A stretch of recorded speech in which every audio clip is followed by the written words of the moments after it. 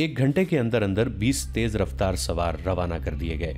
उनका रहनुमा ये मुहाफिज था और कमांडर अली बिन सुफियान का एक नायब जाहिदीन था। इन सवारों में फखरुल मिस्री को अली बिन सुफियान ने खास तौर पर शामिल किया था। ये फख्र की ख्वाहिश थी कि उसे बालियान और मूबी के ताक़ुब के लिए भेजा जाए। ये तो ना अली बिन सुफियान को इल्म था ना फखरुल मिस्री को कि जिनके ताक़ुब में सवार जा रहे हैं वो बालियान, मूबी और उनके 6 वफादार साथी हैं। उधर से ये 20 सवार रवाना हुए, जिनमें 21वां उनका कमांडर था। उनका हदफ लड़कियां थीं और उन्हें छुड़ा कर ले जाने वाले। उधर से सलीबियों के 20 कमांडो आ रहे थे, जिनमें 21वां उनका कमांडर था। उनका भी हदफ यही लड़कियां थीं, मगर उनकी कमजोरी ये थी कि वो पैदल आ रहे थे।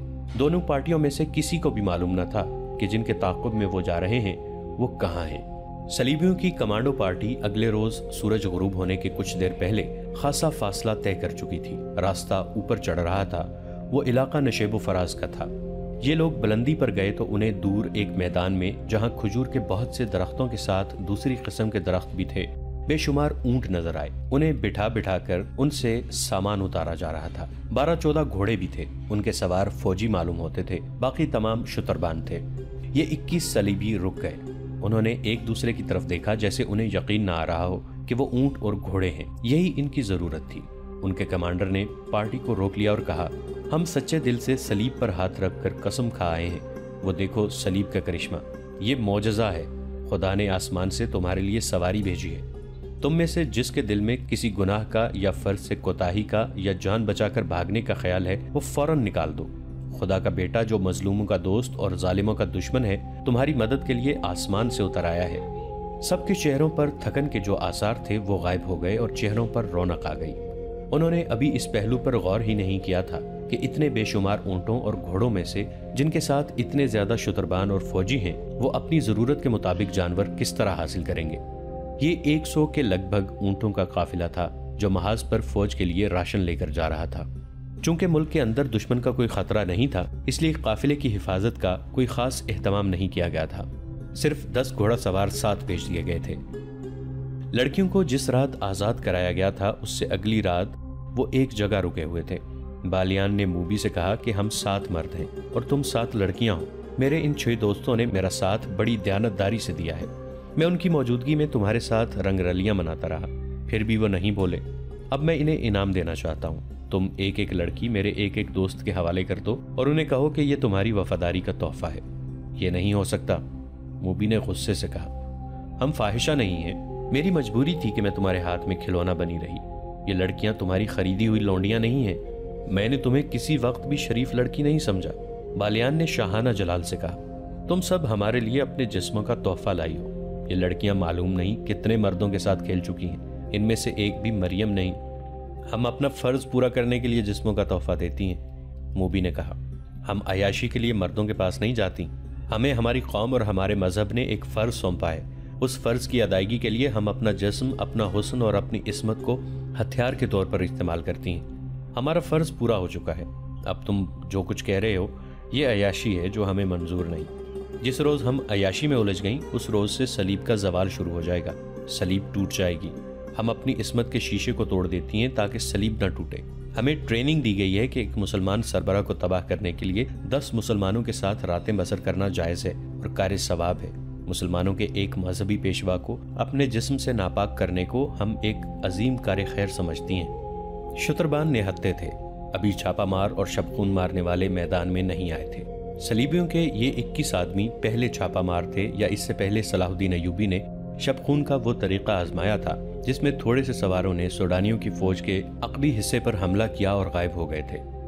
इस वार करो और भागो के तरीक़े जंग की कामयाबी को देखते हुए सुल्तान अय्यूबी ने तेज रफ्तार, ज़हीन और जिस्मानी लिहाज से गैर मामूली तौर पर सेहतमंद अस्करियों के दस्ते तैयार करने का हुक्म दे दिया था और दुश्मन के मुल्क में लड़ाका जासूस भेजने की स्कीम भी तैयार कर ली थी। लेकिन सलीबियों को अभी शबखून और छापों की नहीं सूझी थी। किसी निजी काफिले को डाकू बाज़ औक़ात लूट लिया करते थे। सरकारी काफिले हमेशा महफूज रहते थे, इसलिए फौजों के रसद के काफिले बेखौफ खतर रवां दवां रहते थे। इससे पहले भी इसी महाज के लिए 2 बार रसद के काफिले जा चुके थे और इसी इलाके से गुजरे थे, लिहाजा हिफाजत इक़दामात की ज़रूरत नहीं समझी जाती थी। यह काफिला भी खतरों से बेपरवाह महाज को जा रहा था और रात के लिए यहाँ पड़ाव कर रहा था। इससे थोड़ी ही दूर काफिले के लिए बहुत बड़ा खतरा आ रहा था।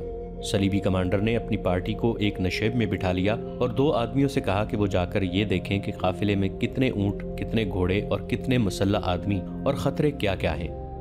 پھر وہ رات کو حملہ کرنے کی اسکیم بنانے لگا۔ اس کے پاس ہتھیاروں کی کمی نہیں تھی، جذبے کی بھی کمی نہیں تھی، ہر ایک آدمی جان پر کھیلنے کو تیار تھا۔ نصف شب سے بہت پہلے وہ 2 آدمی واپس آئے جو قافلے کو قریب سے دیکھنے گئے تھے۔ انہوں نے بتایا کہ قافلے کے ساتھ 10 مسلح سوار ہیں جو ایک ہی جگہ سوئے ہوئے ہیں، گھوڑے الگ بندھے ہیں، شتربان ٹولیوں میں بٹ کر سوئے ہوئے ہیں، سامان میں زیادہ تر بوریاں ہیں، شتربانوں کے پاس کوئی ہتھیار نہیں۔ یہ بڑی اچھی معلومات تھی، کام مشکل نہیں تھا۔ قافلے والے گہری نیند سوئے ہوئے تھے۔ 10 عسکریوں کی آنکھ بھی نہ کھلی کہ تلواروں اور خنجروں نے انہیں کاٹ کر رکھ دیا۔ صلیبی چھاپا ماروں نے یہ کام اتنی خاموشی اور آسانی سے کر لیا کہ بیشتر شتربانوں کی آنکھ ہی نہ کھلی، اور جن کی آنکھ کھلی وہ سمجھ ہی نہ پائے کہ یہ کیا ہو رہا ہے۔ جس کے منہ سے آواز نکلی وہ اس کی زندگی کی آخری آواز ثابت ہوئی۔ چھاپا ماروں نے شتربانوں کو ہراساں کرنے کے لیے چیخنا شروع کر دیا۔ سوئے ہوئے شتربان گھبرا اور ہڑبڑا کر اٹھے، اونٹ بھی بدک کر اٹھنے لگے۔ صلیبیوں نے شتربانوں کا قتل عام شروع کر دیا، بہت تھوڑے بھاگ سکے۔ صلیبی کمانڈر نے چلا کر کہا، یہ مسلمانوں کا راشن ہے، تباہ کرو اور اونٹوں کو بھی ہلاک کر دو۔ انہوں نے اونٹوں کے پیٹوں میں تلواریں گھونپنی شروع کر دیں۔ اونٹوں کے واویلے سے رات کانپنے لگی۔ کمانڈر نے گھوڑے دیکھے، 12 ہی تھے، 10 سواروں کے لیے اور 2 فالتو۔ اس نے 9 اونٹ الگ کر لیے۔ سورج طلوع ہوا تو پڑاؤ کا منظر بڑا بھیانک تھا۔ بے شمار لاشیں بکھری ہوئی تھیں، بہت سے اونٹ مر چکے تھے، کئی تڑپ رہے تھے، کچھ ادھر ادھر بھاگ رہے تھے۔ ہر طرف خون ہی خون تھا، جدھر نگاہ جاتی تھی اونٹ مرے ہوئے یا تڑپتے نظر آتے تھے۔ راشن کی بوریاں پھٹی ہوئی تھیں، آٹا اور کھانے کا دیگر سامان خون میں بکھرا ہوا تھا۔ 12 کے 12 گھوڑے غائب تھے اور وہاں کوئی زندہ انسان موجود نہیں تھا۔ چھاپا مار دور نکل گئے، ان کی سواری کی ضرورت پوری ہو گئی تھی۔ اب وہ تیز رفتاری سے اپنے شکار کو ڈھونڈ سکتے تھے۔ شکار دور نہیں تھا، بالیان کا دماغ پہلے ہی موبی کے حسن اور جوانی اور شراب نے معاف کر رکھا تھا۔ اب اس کے پاس 7 حسین اور جوان لڑکیاں تھیں۔ وہ خطروں کو بھول ہی گیا تھا۔ موبی اسے بار بار کہتی کہ اتنا زیادہ کہیں رکنا ٹھیک نہیں، جتنی جلدی ہو سکے سمندر تک پہنچنے کی کوشش کرو، ہمارا تعاقب ہو رہا ہوگا۔ تو اس کا مطلب یہ ہوا کہ تم صلیب کی بقا کے لیے مجھے استعمال کر رہی ہو۔ بالیان کے احساسات آہستہ آہستہ جاگنے لگے۔ کیا تم مجھے صلیب کا محافظ بنانا چاہتی ہو؟ کیا تم ابھی تک شک میں ہو؟ موبی نے کہا، تم نے صلیب کے ساتھ کیوں دوستی کی ہے؟ صلاح الدین ایوبی کی حکمرانی سے آزاد ہونے کے لیے۔ بالیان نے کہا، صلیب کی حفاظت کے لیے نہیں، میں مسلمان ہوں لیکن اس سے پہلے میں سوڈانی ہوں، میں سب سے پہلے صلیبی ہوں۔ موبی نے کہا، عیسائی ہوں اور اس کے بعد اس ملک کی بیٹی ہوں جہاں میں پیدا ہوئی تھی۔ موبی نے اس کا ہاتھ اپنے ہاتھ میں لے کر کہا، اسلام کوئی مذہب نہیں، اسی لیے تم اپنے ملک کو اس پر ترجیح دے رہے ہو۔ یہ تمہاری نہیں، تمہارے مذہب کی کمزوری ہے۔ تم میرے ساتھ سمندر پار چلو تو میں تمہیں اپنا مذہب دکھاؤں گی، تم اپنے مذہب کو بھول جاؤ گے۔ میں اس مذہب پر لعنت بھیجوں گا جو اپنی بیٹیوں کو غیر مردوں کے ساتھ راتیں بسر کرنے اور شراب پینے پلانے کو ثواب کا کام سمجھتا ہے۔ بالیان اچانک بیدار ہو گیا۔ اس نے کہا، تم نے اپنی عصمت مجھ سے نہیں لوٹائی بلکہ میری عصمت لوٹی ہے۔ میں نے تمہیں نہیں بلکہ تم نے مجھے کھلونا بنائے رکھا ہے۔ ایک مسلمان کا ایمان خریدنے کے لیے عصمت کوئی زیادہ قیمت نہیں۔ لڑکی نے کہا، میں نے تمہاری عصمت نہیں لوٹی، تمہارا ایمان خریدا ہے، مگر تمہیں راستے میں بھٹکتا ہوا چھوڑ کر نہیں جاؤں گی۔ تمہیں ایک عظیم روشنی کی طرف لے جا رہی ہوں جہاں تمہیں اپنا مستقبل اور اپنی عاقبت ہیروں کی طرح چمکتی نظر آئے گی۔ میں اس روشنی میں نہیں جاؤں گا، بالیان نے کہا۔ دیکھو بالیان، موبی نے کہا، مرد، جنگجو مرد وعدے اور سودے سے پھرا نہیں کرتے۔ تم میرا سودا قبول کر چکے ہو۔ میں نے تمہارا ایمان خرید کر شراب میں ڈبو دیا ہے اور تمہیں منہ مانگی قیمت دی ہے۔ اتنے دنوں سے تمہاری لونڈی اور بے نکاحی بیوی بنی ہوئی ہوں۔ اس سودے سے پھرو نہیں، ایک کمزور لڑکی کو دھوکہ نہ دو۔ تم نے مجھے وہ عظیم روشنی یہیں دکھا دی ہے جو تم مجھے سمندر پار لے جا کر دکھانا چاہتی ہو، بالیان نے کہا۔ مجھے اپنا مستقبل اور اپنی عاقبت ہیروں کی طرح چمکتی نظر آنے لگی ہے۔ موبی نے کچھ کہنے کی کوشش کی تو بالیان گرج کر بولا، خاموش رہو لڑکی۔ صلاح الدین ایوبی میرا دشمن ہو سکتا ہے لیکن میں رسول اللہ صلی اللہ علیہ وآلہ وسلم کا دشمن نہیں ہو سکتا، جن کا صلاح الدین ایوبی بھی نام لیوا ہے۔ میں ان رسول اللہ صلی اللہ علیہ وآلہ وسلم کے نام پر مصر اور سوڈان قربان کر سکتا ہوں۔ ان کے عظیم اور مقدس نام پر میں صلاح الدین ایوبی کے آگے ہتھیار ڈال سکتا ہوں۔ میں تم کو کئی بار کہہ چکی ہوں کہ شراب کم پیا کرو، موبی نے کہا۔ ایک شراب، دوسرے رات بھر جاگنا اور میرے جسم کے ساتھ کھیلتے رہنا، देखो तुम्हारा दिमाग बिल्कुल बेकार हो गया है। तुम ये भी भूल गए हो कि मैं तुम्हारी बीवी हूँ। मैं किसी फाहिशा सलीबी का खामन नहीं हो सकता। उसकी नजर शराब की बोतल पर पड़ी। उसने बोतल उठाकर परे फेंक दी और उठ खड़ा हुआ। उसने अपने दोस्तों को बुलाया, वो दौड़ते आए। उसने कहा, ये लड़कियां और ये लड़की भी तुम्हारे कैदी हैं, इन्हें वापस काहिरा ले चलो। काहिरा? एक ने हैरान होकर कहा, अब काहिरा जाना चाहते हैं? हाँ, उसने कहा। काहिरा? हैरान होने की जरूरत नहीं, इस रेगजार में कब तक भटकते रहोगे? कहाँ जाओगे? चलो घोड़ों पर जीने कसो और हर लड़की को एक एक घोड़े की पीठ पर बांध के ले चलो। सहरा में ऊंट का सफर बेआवाज़ पा होता है। घोड़ों के टापों की हल्की हल्की आवाजें सुनाई देती हैं, लेकिन ऊंट के पांव खुदा ने ऐसे बनाए हैं कि हल्की सी आवाज भी पैदा नहीं होती। बालियान जिस वक्त मूबी के साथ बातें कर रहा था, उसे महसूस तक न हुआ कि एक ऊंट एक छोटे से रेतले टीले की ओट में खड़ा उन दोनों को और 6 लड़कियों को और इन 6 आदमियों को देख रहा है। वो सलीबी कमांडर पार्टी का एक आदमी था। उस पार्टी का कमांडर अक्लमंद आदमी था। बालियान के डेरे से तकरीबन निस्फ मील दूर उसने पड़ाव किया था। उसके वहमो गुमान में भी नहीं था कि उसका शिकार उससे निस्फ मील दूर है। उसने फौजी दानिशमंदी से काम लेते हुए रात को 3 आदमियों को ये ड्यूटी दी थी कि वो ऊंटों पर सवार होकर दूर दूर तक घूम आए और जहां उन्हें कोई खतरा या काम की कोई चीज नजर आए आकर इत्तला दें। इस काम के लिए ऊंट की सवारी मौजू सवारी थी, क्योंकि उसके पाँव की आवाज नहीं होती। तीनों सवार मुख्तलिफ सिमतों को चले गए थे। ये सारा इलाका ऐसा था कि पड़ाव के लिए निहायत अच्छा था। इसलिए कमांडर ने सोचा था कि यहाँ किसी और ने भी डेरे डाल रखे होंगे। एक शुतर सवार को रोशनी सी नजर आई तो वो उस तरफ चल पड़ा। ये एक छोटी सी मशल थी जो बालियान के आरजी कैंप में जल रही थी। शुतर सवार आगे गया तो एक टीले के पीछे हो गया। ये इतना ही ऊंचा था कि ऊंट पर सवार होकर आगे देखा जा सकता था। ऊंट और सवार उसके पीछे छुप गए थे। उसे हल्की हल्की रोशनियों में से लड़कियां नजर आने लगीं जो बालियान के फौजी दोस्तों के साथ गपशप लगा रही थीं। उनसे कुछ दूर एक और लड़की एक आदमी के साथ बातें करती नजर आई। जरा परे बहुत से घोड़े बंधे हुए थे। उनमें वो घोड़े भी थे जो उन लोगों ने कैदियों के मुहाफिजों को कत्ल करके हासिल किए थे। सलीबी शुतर सवार ने ऊंट को मोड़ा, कुछ दूर तक आहिस्ता आहिस्ता चला और फिर ऊंट दौड़ा दिया। ऊंट के लिए निस्फ मील का फासला कुछ भी नहीं था। सवार ने अपनी पार्टी को खुशखबरी सुनाई कि शिकार हमारे कदमों में है। कमांडर ने एक लम्हा भी जाया न किया। शुतर सवार से हदफ की तफसील पूछी और पार्टी को पैदल चला दिया। घोड़े के कदमों की आवाज से शिकार के चुकन्ना हो जाने का खतरा था। जिस वक्त ये पार्टी बालियान के डेरे तक पहुंची, बालियान हुक्म दे चुका था कि एक एक लड़की को घोड़े के पीठ पर बांध दो। उसके दोस्त हैरत ज़दा होकर बालियान को देख रहे थे कि उसका दिमाग खराब हो गया है। उन्होंने उसके साथ बहस शुरू कर दी और वक्त जाया होता रहा। बालियान ने उन्हें बड़ी मुश्किल से कायल किया कि जो कुछ कह रहा है होश ठिकाने रखकर कह रहा है और काहिरा चले जाने में ही मसलहत और आफियत है।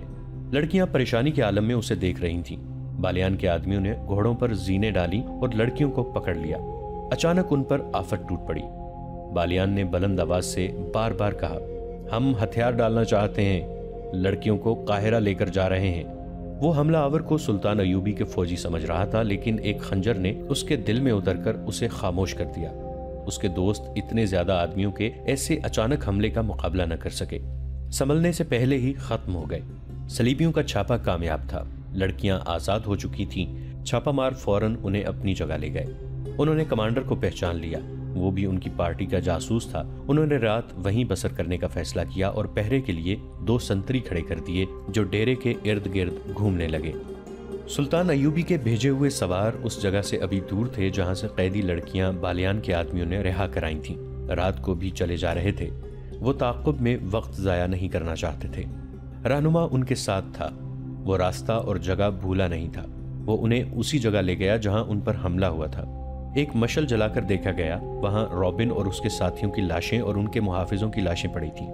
ये चीरी फाड़ी और खाई हुई थीं। उस वक्त भी सहराई लोमड़ियां और गीदड़ उन्हें खा रहे थे। सवारों को देखकर ये दरिंदे भाग गए। दिन के वक्त उन्हें गिद्ध खाते रहे थे।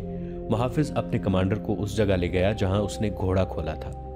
वहां से मशल की रोशनी में जमीन देखी गई। घोड़े के कदमों के निशान नजर आ रहे थे और सिमत की निशानदही कर रहे थे जिधर ये गए थे, मगर रात के वक्त उनके निशानों को देख देख कर चलना बहुत मुश्किल था। वक्त जाया होने का और भटक जाने का डर था। रात को वहीं कयाम किया गया। सलीबी पार्टी के कैंप में सब जाग रहे थे। वो बहुत खुश थे। कमांडर ने फैसला किया था कि शहर की तारीकी में बहरे रूम की तरफ रवाना हो जाएंगे। उस वक्त मेघना नामरियूस ने कहा कि मकसद अभी पूरा नहीं हुआ, सलाहुद्दीन अय्यूबी को कत्ल करना बाकी है।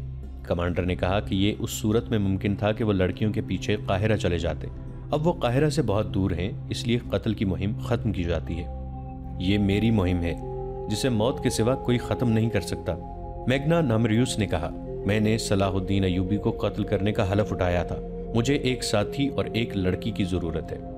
ये फैसला मुझे करना है कि हमें क्या करना है। कमांडर ने कहा, सब पर फर्ज है कि मेरा हुक्म माने। मैं किसी के हुक्म का पाबंद नहीं। मेघना नामरियूस ने कहा, तुम सब खुदा के हुक्म के पाबंद हो। कमांडर ने उसे डांट दिया। मेघना नामरियूस के पास तलवार थी। वो उठ खड़ा हुआ और कमांडर पर तलवार सौंध ली। उसके साथी दरमियान में आ गए। मेघना नामरियूस ने कहा, मैं खुदा का धुतकारा हुआ इंसान हूँ। मैं गुनाह और बेइंसाफी के दरमियान भटक रहा हूँ। क्या तुम जानते हो मुझे 30 सालों के लिए कैद खाने में क्यों किया गया था? 5 साल गुजरे, मेरी एक बहन जिसकी उम्र 16 साल थी अगवा कर ली गई थी। मैं गरीब आदमी हूँ, मेरा बाप मर चुका है, माँ अंधी है, मेरे छोटे छोटे बच्चे हैं। मेहनत मुशक्कत करके उन सब का पेट पालता था।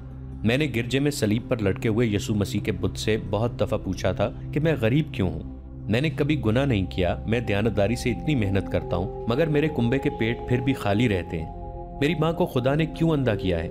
यीशु मसीह ने मुझे कोई जवाब नहीं दिया। और जब कमारी बहन अगवा हो गई तो मैंने गिरजे में जाकर कमारी मरियम की तस्वीर से पूछा था कि मेरी कमारी बहन के कमारेपन पर तुझे क्यों तरस नहीं आया?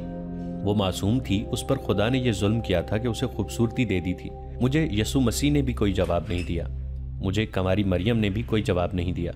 एक रोज मुझे एक बहुत ही अमीर आदमी के नौकर ने बताया कि तुम्हारी बहन इस अमीर आदमी के घर में है।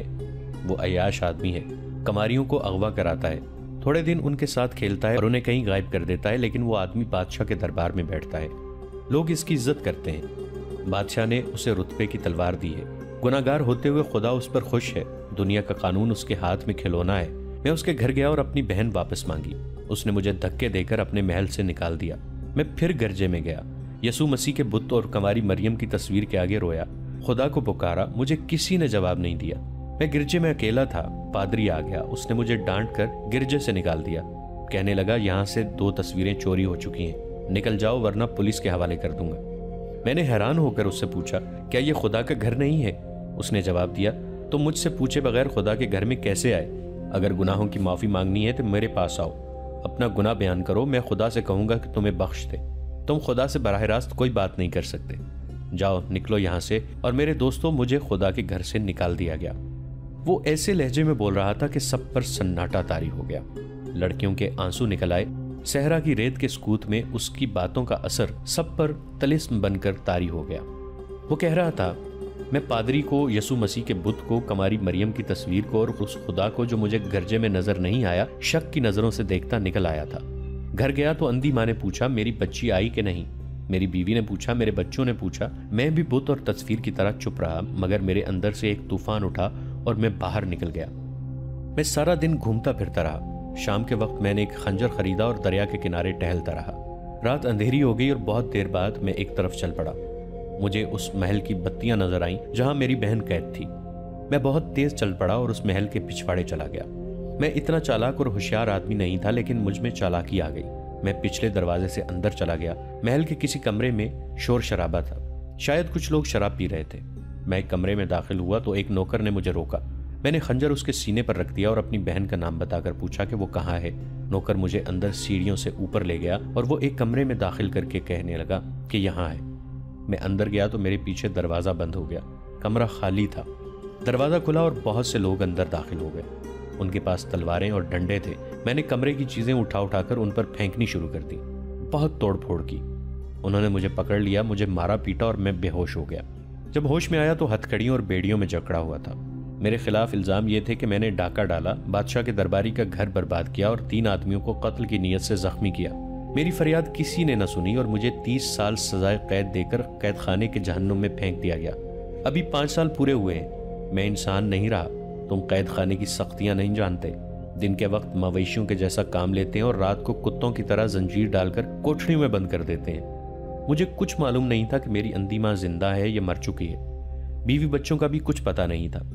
मुझे खतरनाक डाकू समझकर किसी से मिलने नहीं दिया जाता था। नादरीन, आज की किस्त में इतना ही। हमारी नई वीडियो से बाखबर रहने के लिए हमारे इस चैनल को सब्सक्राइब करके नीचे मौजूद बेल आइकन को जरूर प्रेस कीजिएगा। आपसे मुलाकात होगी नई वीडियो के साथ।